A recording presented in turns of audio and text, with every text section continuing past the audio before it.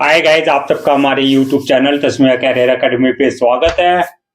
Guys, आज जो हम आपको डिटेल देने जा रहे हैं वो देने जा रहे हैं पीएसबी रिक्रूटमेंट 2025 के नोटिफिकेशन के बारे में।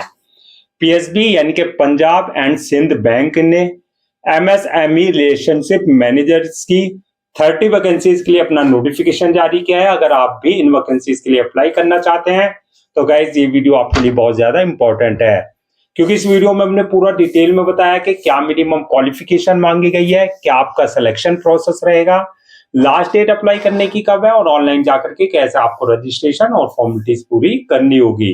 तो गाइस पूरा वीडियो देखिएगा और साथ ही साथ में हमारे इस यूट्यूब चैनल को सब्सक्राइब कर लें, लाइक करें और ज्यादा से ज्यादा शेयर करें। तो गाइस सबसे पहले बात करते हैं इनकी ऑफिशियल वेबसाइट की। इनकी जो ऑफिशियल वेबसाइट है वो है www.punjabandsindhbank.co.in, जहां पर जाकर के आपको रजिस्ट्रेशन और फॉर्मेलिटीज पूरी करनी होगी। रिक्रूटमेंट अथॉरिटी जो रहेगी पीएसपी रहेगी, यानी कि पंजाब एंड सिंध बैंक रहेगी, जो कि एक गवर्नमेंट ऑफ इंडिया का एंटरप्राइजेस है यानी कि बैंक है। पोस्ट नेम की अगर हम बात करें तो ये आपकी एमएसएमई रिलेशनशिप मैनेजर्स की पोस्ट रहेंगी। जेंडर में मेल एंड फीमेल, यानी कि आपका man and women both can apply for these vacancies है। टोटल वैकेंसी जो है आपका 30 वैकेंसीज के लिए इन्होंने अपना नोटिफिकेशन जारी किया है। जॉब लोकेशन की अगर हम बात करें तो सिलेक्शन होने के बाद जो है ऑल ओवर इंडिया, यानी कि इंडिया के जहां जहां इंडिया में जो है आपका पीएसबी की यूनिट्स हैं यानी कि ब्रांचेस हैं, कहीं भी आपकी पोस्टिंग दी जा सकती है। इन वैकेंसीज के लिए आप ऑल ओवर इंडिया से अप्लाई कर सकते हैं, यानी कि हर स्टेट से अप्लाई कर सकते हैं। अप्लाई मोड आपका ऑनलाइन रहेगा, ऑफलाइन किसी भी तरह का कोई कम्युनिकेशन या कॉरेस्पॉन्डेंस नहीं किया जाएगा। अब बात करते हैं रजिस्ट्रेशन की। तो रजिस्ट्रेशन तो इसके स्टार्ट हो चुके हैं 5 नवंबर 2025 से रजिस्ट्रेशन स्टार्ट हो चुके हैं और लास्ट डेट है रजिस्ट्रेशन की यानी कि अप्लाई करने की वो है 26 नवंबर 2025। तो 5 नवंबर 2025 से लेकर के 26 नवंबर 2025 के बीच में आपको इनके ऑफिशियल पोर्टल पर जाकर के अपना रजिस्ट्रेशन और फॉर्मेलिटीज पूरी कर लेनी है। रिटर्न एग्जाम डेट की बात करें तो रिटर्न एग्जाम डेट अभी नोटिफाई नहीं की गई है। अगर इनका ये अपना पीएसबी यानी कि पंजाब एंड सिंध बैंक अगर एग्जाम कंडक्ट कराता है तो इनके ऑफिशियल पोर्टल पर जल्द ही ये जो है रिटर्न एग्जाम डेट भी अनाउंस कर दी जाएगी। एडमिट कार्ड की अगर हम बात करें तो एडमिट कार्ड जो भी आपकी रिटर्न एग्जाम डेट आएगी उससे 2 या 3 दिन पहले आप अपना इनके ऑफिशियल पोर्टल से अपना एडमिट कार्ड डाउनलोड कर सकते हैं। अगर हम जॉब टाइप की बात करें यानी कि किस कैटेगरी की जॉब है तो ये आपकी कॉन्ट्रेक्चुअल बेसिस रहेगी। स्टार्टिंग में आपके 3 इयर्स की यानी कि 3 साल का आपका कॉन्ट्रैक्ट बेसिस रहेगा, कॉन्ट्रैक्ट रहेगा। और इसके बाद जो आपका ये अगर जरूरत पड़ी तो कैंडिडेट्स के परफॉर्मेंस के हिसाब से या जरूरत के हिसाब से जो है ये एक्सटेंड किया जा सकता है। अब बात करते हैं एप्लीकेशन फीस की। तो एप्लीकेशन फीस की अगर हम बात करें, अगर आप जनरल, ओबीसी या ईडब्ल्यूएस इस कैटेगरी में आता है तो आपके लिए एप्लीकेशन फीस जो है 850 रुपए प्लस आपको एप्लीकेबल टैक्सेस देने होंगे जो आपके एप्लीकेबल होंगे, प्लस आपका जो पेमेंट गेटवे चार्जेस लगेंगे। इसके अलावा अगर आप SC ST या फिजिकल हैंडीकैप यानी कि डिसेबल्ड पर्सन इस कैटेगरी में फॉल करते हैं तो आपके लिए application fees 100 rupees plus applicable taxes plus payment gateway आपके चार्जेस रहेंगे। पेमेंट मोड की अगर बात करें यानी कि जो आपकी एप्लीकेशन फीस है उसका जो पेमेंट मोड रहेगा वो ऑनलाइन ही रहेगा, यानी कि at the time of registration आप अपने debit card, credit card, net banking, UPI, IMPS या जो भी पेमेंट गेटवे वहां पर है उसके थ्रू आप अपनी एप्लीकेशन फीस डिपॉजिट कर सकते हैं।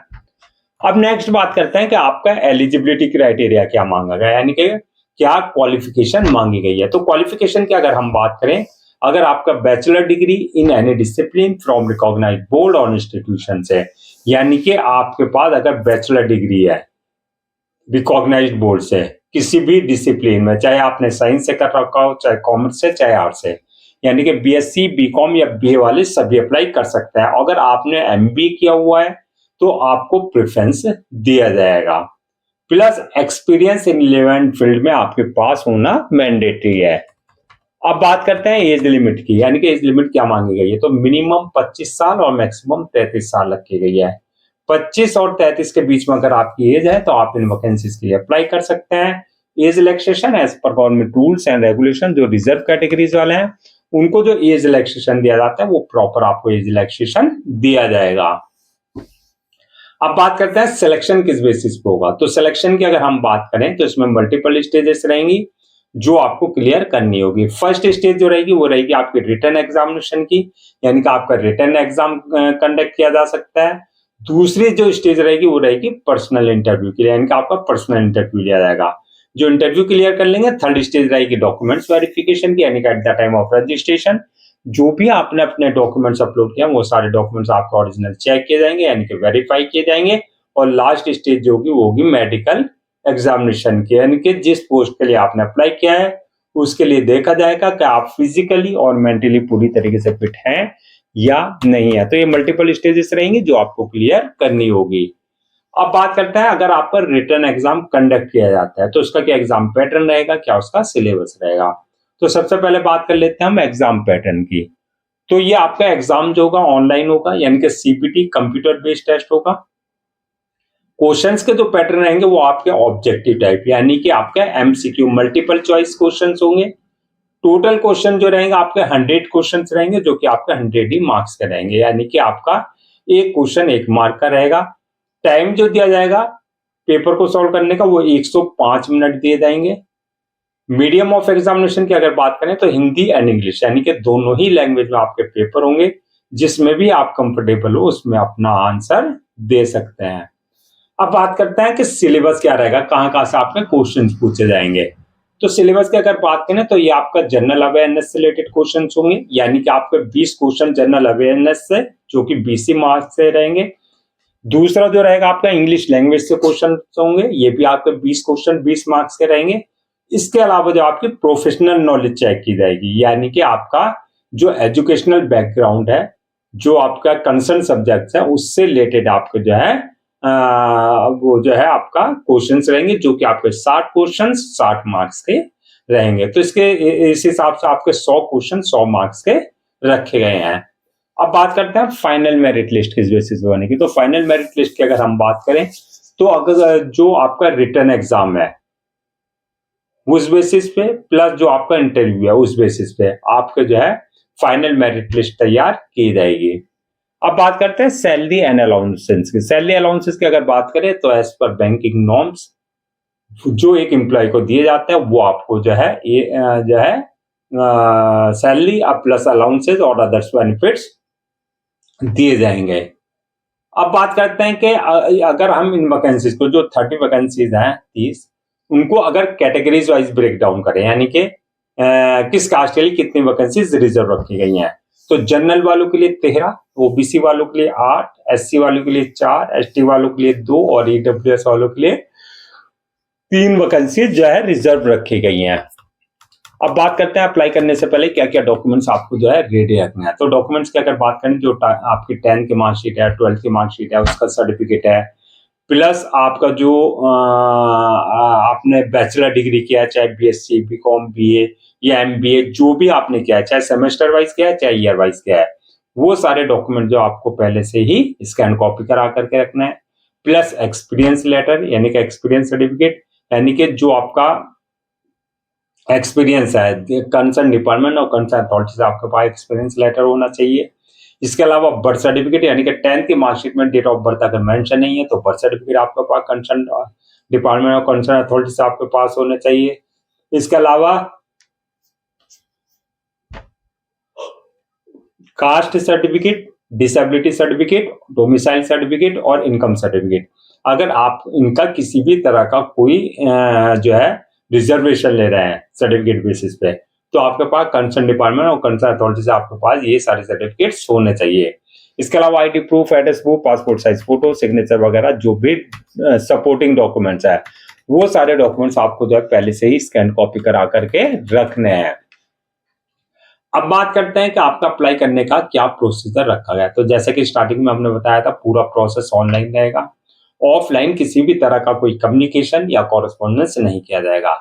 ऑनलाइन अप्लाई करने के लिए सबसे पहले आपको इनको ऑफिशियल पोर्टल www.punjabandsindhbank.co.in पर विजिट करना है। जब आप वहां विजिट करेंगे, रिक्रूटमेंट कैरियर वाले सेक्शन में जाएंगे वहां आपको अप्लाई ऑनलाइन का लिंक मिलेगा, वहां आपको क्लिक करना है। यहाँ पर इस बात का ध्यान रखना है, अगर आपने इनके पोर्टल पर अपना आपको पहले से रजिस्टर नहीं करा रखा है तो आपको अपना basic details, valid email ID और मोबाइल नंबर से न्यू रजिस्ट्रेशन पर जाकर के अपना जो है अपना रजिस्ट्रेशन करा लेना है, यानी कि वहां से आपका यूजर नेम पासवर्ड आपको जनरेट करना होगा। अगर ऑलरेडी आपने इनके पोर्टल पर अपना आपको रजिस्टर करा रखा है, यानी कि यूजर नेम पासवर्ड आपके पास है, तो आपको जो है अपने क्रेडेंशियल से ही आपको लॉगिन करना है। लॉगिन करने के बाद आपका एप्लीकेशन फॉर्म आएगा, उससे आपको पूरा एक्यूरेट फिल करना होगा। डिटेल्स फिल करने के बाद नेक्स्ट ऑप्शन आएगा अपलोड योर डॉक्यूमेंट्स का। जो भी आपके डॉक्यूमेंट्स हैं, एकेडमिक, प्रोफेशनल जो भी हैं, प्लस जो आपका ID proof, address proof, passport size photo, signature वगैरह जो भी सपोर्टिंग डॉक्यूमेंट्स है वो आपको उनके प्रेस्क्राइब्ड फॉर्मेट के हिसाब से जो है अपलोड करने होंगे। डॉक्यूमेंट्स अपलोड करने के बाद नेक्स्ट ऑप्शन आएगा मेक पेमेंट का, यानी कि जो भी आपकी एप्लीकेशन फीस है वो आपको अपनी कैटेगरी के अकॉर्डिंग जो है अपलोड करनी होगी। फीस जो है, एप्लीकेशन फीस जो है डिपॉजिट करनी होगी। एप्लीकेशन फीस डिपॉजिट करने के बाद नेक्स्ट ऑप्शन आएगा फॉर्म को अपलोड करने का, यानी कि सबमिट करने का। फॉर्म को अपलोड करने से पहले एक बार रिव्यू वाले ऑप्शन में जाकर के पूरा फॉर्म का रिव्यू कर लें, और रिव्यू करने के बाद जो फॉर्म को सबमिट कर दें। और सबमिट करने के बाद जो उसकी 1 या 2 कॉपी जो है प्रिंट आउट जरूर ले लें for your future reference, so that आपके पास एक हार्ड कॉपी के रूप में एक ऑफिशियली रिकॉर्ड आपके पास हो जाए। तो गाइस, ये थी आपकी पीएसबी यानी कि Punjab and Sind bank recruitment 2025 के नोटिफिकेशन की डिटेल, जो कि एमएसएमई रिलेशनशिप मैनेजर्स की पोस्ट के जारी की गई थी। आई होप आपके सारे डाउट्स क्लियर हो गए होंगे। अगर अब भी आपको किसी तरह का कोई डाउट है, क्वेरी है, कंफ्यूजन है, तो आप हमसे कमेंट सेक्शन में पूछ सकते हैं, हम उसका रिप्लाई जरूर देंगे। मैं एक बार फिर से रजिस्ट्रेशन डेट और लास्ट डेट जो है रजिस्ट्रेशन की रिमाइंड करा देता हूं, सो दैट आप उसे नोट डाउन कर लें। रजिस्ट्रेशन जो स्टार्ट हो गए हैं वो हो गए हैं आपका 5 नवंबर 2025 से रजिस्ट्रेशन स्टार्ट हो चुके हैं, और लास्ट डेट जो है रजिस्ट्रेशन की यानी कि अप्लाई करने की वो है 26 नवंबर 2025।